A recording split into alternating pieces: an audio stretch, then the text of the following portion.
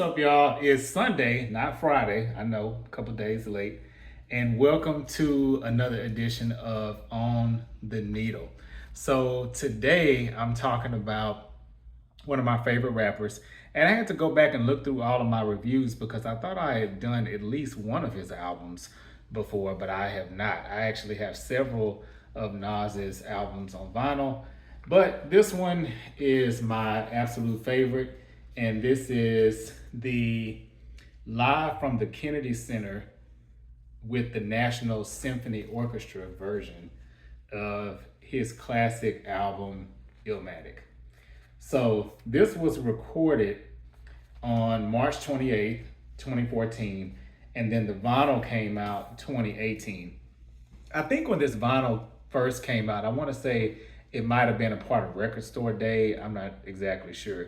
Now, I've only been collecting vinyls now for about 3, 4 years, somewhere around there. So I didn't even have a record player when this came out on vinyl. But when I found it, I was like, oh yeah, I gotta get this because Illmatic is I think when you talk about classic hip hop albums, um, Illmatic would be in a whole lot of people's top 10, definitely would be in mine, even in some people's top 5 albums of all time when you talk about hip hop music. So he does pretty much, the whole album with this orchestra in the background. And I'm not really gonna, at this point, I feel like y'all know the album. If you don't, here's the track listing here that you can check out. But the purpose of this review, I'm not really here to go track by track, but just talk about the album as a whole and the type of impact that Nas has had over his career. Now, I will admit, Jay-Z is a rapper I would probably listen to on a more consistent, maybe every day, or maybe not every day, but more on a frequent basis. But Nas, his lyricism, is unmatched. His storytelling, and he's a little bit more conscious, I would say, than Jay-Z is. And Talib Kweli was on The Breakfast Club recently, and he kind of spoke to that, saying how a lot of times the conscious rap, it gets overlooked because people want to unwind, they want to release, they want to have a good time, they want to turn up, so they may not always want to be in their conscious mind state. So I get it.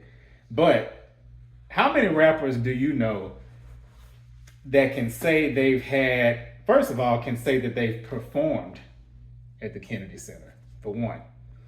Then, on top of that, can say that they've had a whole orchestra backing for a performance of one of their classic albums. So it's not just like it's a concert, but this is a special concert just for this album with an orchestra. Now, I will say Common, a couple years ago, he did an orchestra performance in Houston, and I missed it. I was supposed to go, but that's a long story. I'm not going to get into that here. That's a whole nother YouTube channel. But so the packaging of this is pretty cool. So there's like live photos. So you can see there's Nas there.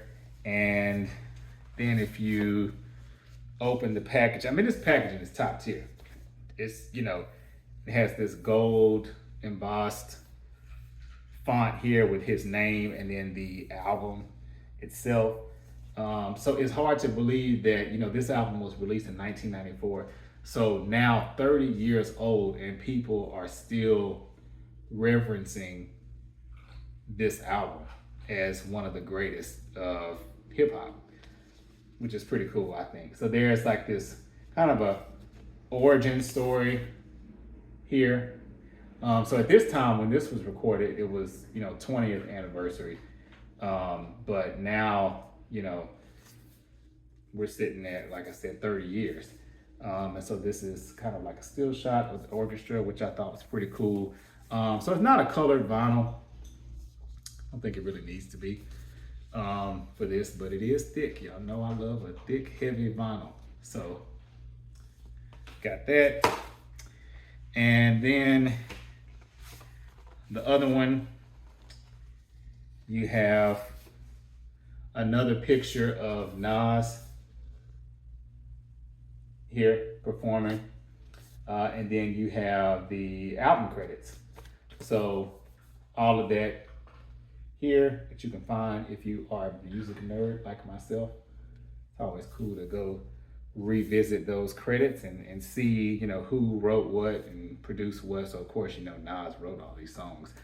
He had a hand in the writing with some of them, but he was the main writer. And that's not all. Also have this really cool concert booklet. So you have this 20th anniversary celebration with the date. I don't want to tear this. So set list. I mean, this is just dope, especially if you love details and, you know, just this is amazing. I just love the packaging of this. You know, so like I said, I didn't want to spend too much time breaking down the tracks and all of that, but I do definitely think he should have gotten some type of award or something for this, because I felt like the way that it was put together was really cool.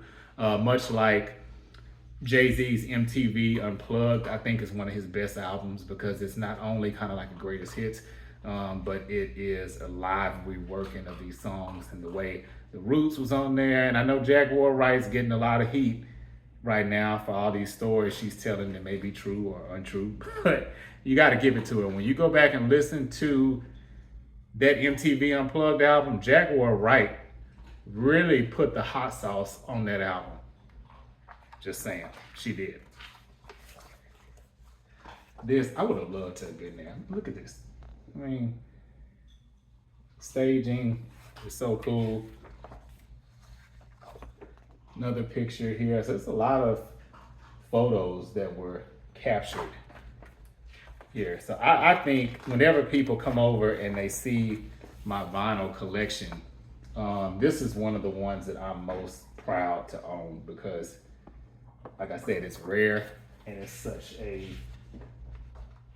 dog is doing something weird over there. It's such a classic album. So kind of more performance pics here. Dang, I didn't realize there was this many pages. Shot at the band here. All right, I think this is the last one.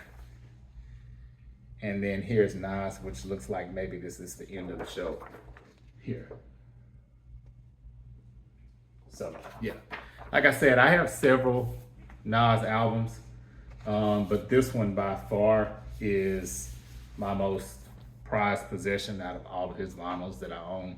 So I'm curious to know, what are some of your favorite songs from Illmatic? Have you heard this live version from the Kennedy Center? If you've not, look it up. It's on all streaming platforms. You can listen to it there.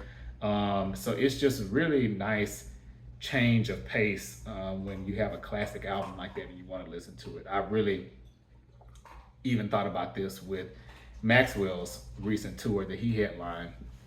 I went to it in Dallas, the Serenade tour, where he headlined, and it was Jasmine Sullivan on the tour, and October London opened as well.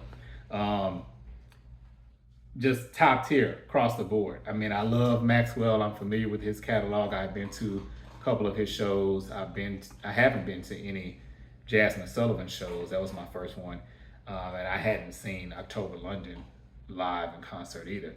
But they all three killed it. And I really would love for them to do a vinyl edition of that concert, because it was that good. So let me know what y'all think. Sorry for the delay, and see y'all next week. I was trying to cut it before he started barking, but thank y'all for tuning in and subscribing. I appreciate it. And have a great week. Peace.